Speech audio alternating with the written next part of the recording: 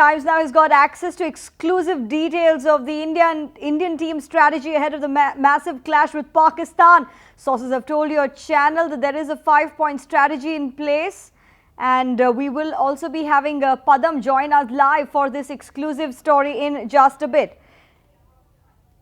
In fact, let's tell you about the mantra that India is planning to work with ahead of this very crucial clash.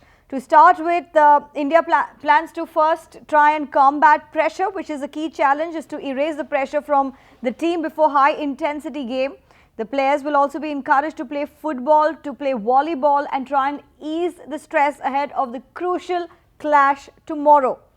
The second, of course, strategy or the mantra that they are following is that they're trying to recognize the enemy. So if Pakistan has one miracle player, we at least have 5. In this way, they will try and recognize Pakistan's strength and see how we can actually surpass the opponent.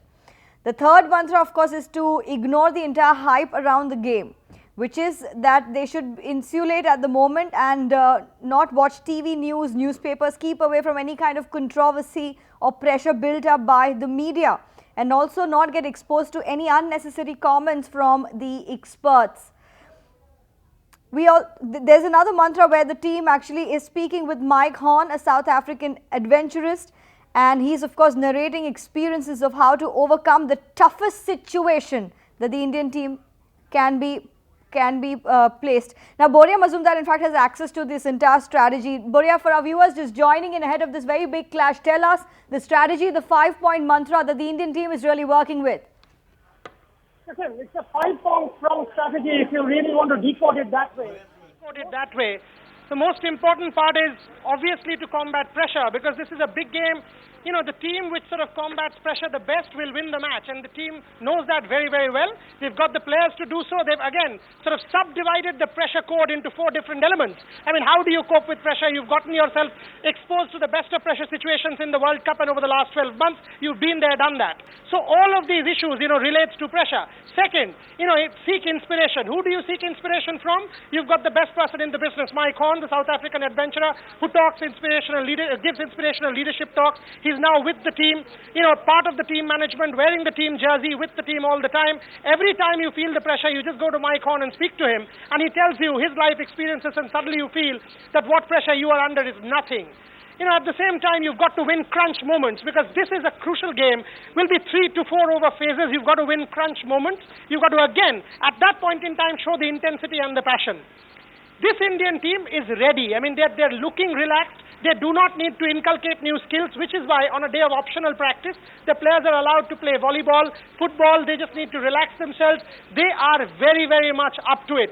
All of these things are part of Team India's mantra going into that match against Pakistan. The team sources are very clear about something. Keep it simple. The basics need to be in place. The fundamentals need to be in place. Do not get yourself into the hype surrounding the game. Ignore the hype, because the hype has nothing to do with you.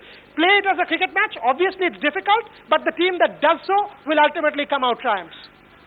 Right. Now, Boria, looking at the way India has performed so far in the World Cup, what do you think are the chances that we can beat Pakistan tomorrow?